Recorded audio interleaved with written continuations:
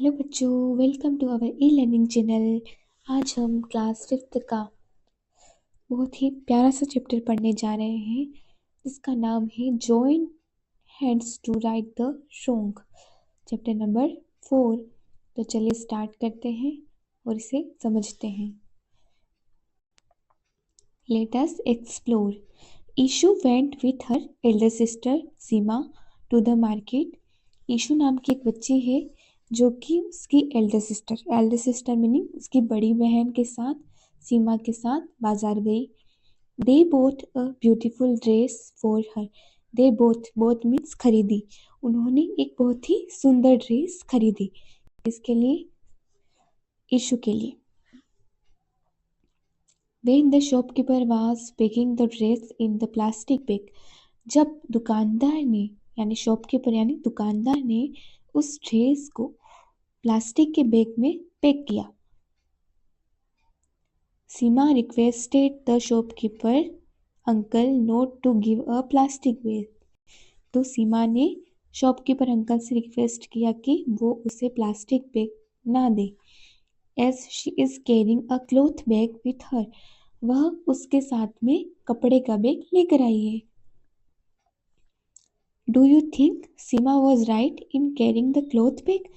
क्या आप सोचते हैं कि सीमा ने अपने साथ क्लॉथ बैग कपड़े का बैग लेकर गई and avoiding the use of plastic, और प्लास्टिक के बैग को यूज करने से अवॉइड किया है? क्या यह उसने सही किया?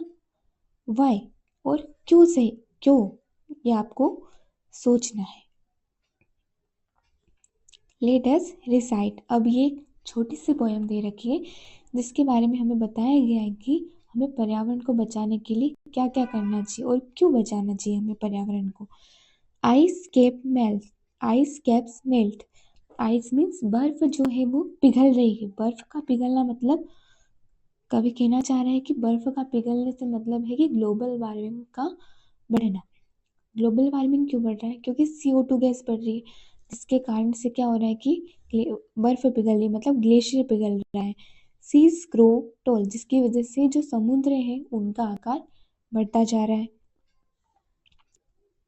Time to act now for us all. समय के साथ साथ हमें सबको मिलकर कार्य करने का जो समय आया है। Turn off the light. Turn off the lights when you leave the room. Turn off the light मतलब कि जब तुम रूम से बाहर निकलते हो तो हमें हमारी लाइट्स को बंद कर देना चाहिए। तो कवि ऐसा क्यों कहना चाह रहा है? कवि ऐसा कहना चाह रहा है कि हमें एनर्जी को बचाना चाहिए, क्योंकि लाइट्स भी किससे बनती है? पानी से बनती है, और पानी को तो हमें बचाना ही है।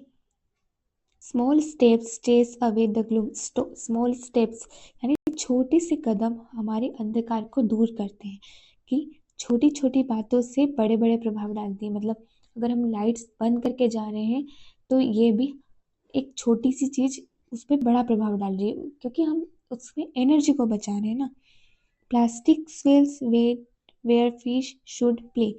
और समुद्र में प्लास्टिक स्वेल्स कर रही है। प्लास्टिक स्वेल्स मतलब प्लास्टिक जो है समुद्र में घूम रही है, जहाँ पर फिश के खेलने का स्थान होता है।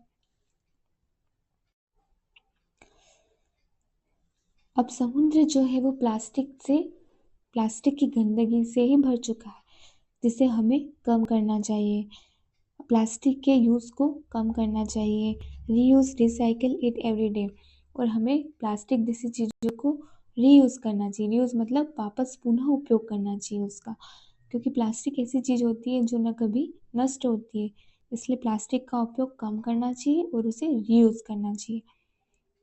Work with friends, laugh and share. दोस्तों के साथ चलिए, हंसते रहिए और अपनी चीज़ों को शेयर कीजिए। मतलब कि जो प्रकृति है उसको सुंदर बनाने के लिए हम सभी मित्रों को साथ में मिलकर काम करना चाहिए। हंसते हंसते काम करना चाहिए और उसे सुंदर बनाने के लिए लोगों को भी प्रेरित करना चाहिए। आगे देखिए, क्लीन एयर एवरीवेयर। और हवा को हर जगह से साफ करना चाहिए। क्लीन एयर एवरीवेयर मतलब प्रदूषण को कम करना चाहिए। जैसे कि अभी फैक्ट्रियों का प्रदूषण होता है, पानी का प्रदूषण हो रहा है, जैसे कभी मान लो प्लास्टिक की वजह से समुद्र का पानी खराब हो रहा है, जो कूड़ा कचरा निकल रहा है उसकी वजह से पानी खराब हो रहा है। तो हमें हर चीज़ को क्या करना चाहिए, क्लीन करना चाहिए। Plant a tree, watch it grow toll. Plant a tree, एक पेड़ को लगाना चाहिए। Plant a tree, watch it grow toll, और उसके बड़े होने को देखते रहना, उसके बढ़ने को देखना चाहिए, है ना। तो प्लांट लगाएंगे तो वैसे ही एयर जो होती है, एयर पोल्यूशन कम होता है, कि जो हवा का प्रदूषण होता है वो प्लांट से कम होता है। इससे वायु जो होती है वो कैसे रहती है, शुद्ध रहती है। वायु शुद्ध रहती है किसकी वजह से, प्लांट की वजह से। तो हमें प्लांट को लगाना चाहिए, जिससे प्रकृति और भी सुंदर बनेगी। Birds will sing from branch to wall. अब जो पक्षी है वो पेड़ पेड़ कम होने के कारण जो पक्षी है वो डालियों पर ना बैठकर दीवारों पर बैठकर खाना खा रहे।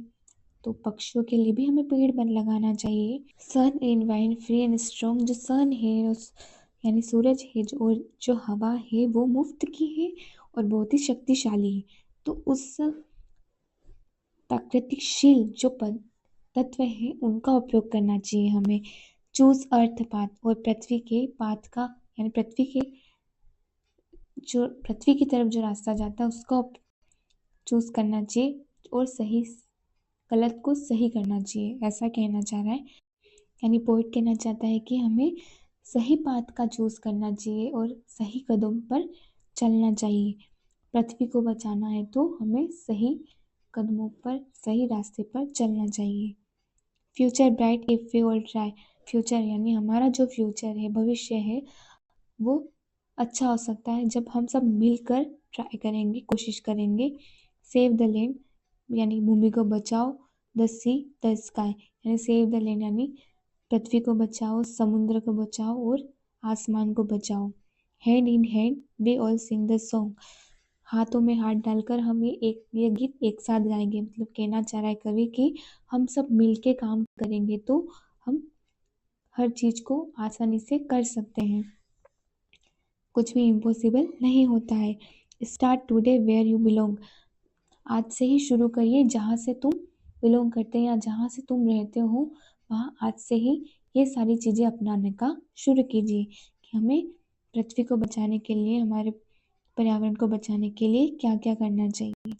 तो अब इसमें मैंने एक शॉर्ट सा एक्सप्लेनेशन का लिखा है तो हम इसको भी समझ लेते हैं। यहाँ पाठ हमें बताता है कि हम सबको मिलकर पर्यावरण बचाने के लिए सही काम करना चाहिए और गलत कामों को रोकना चाहिए। कहानी में यीशु अपनी बड़ी बहन सीमा के साथ बाजार जाती है।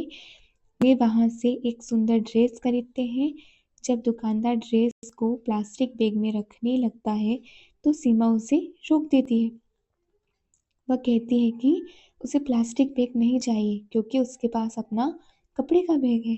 सीमा ऐसा इसलिए करती है क्योंकि प्लास्टिक पर्यावरण के लिए बहुत हानिकारक है। यह कूड़ा बढ़ाता है, जमीन और पानी को गंदा करता है और जानवर व समुद्री जीवों को नुकसान पहुंचाता है। कपड़े का बैग बार बार इस्तेमाल किया जा सकता है, इसलिए यह अच्छा विकल्प है। इस पाठ में दी गई कविता हमें पृथ्वी को बचाने की सीख देती है। कविता कहती है, छोटे छोटे कदम भी धरती की रक्षा कर सकते हैं। कमरे से निकलते समय लाइट बंद कर दीजिए।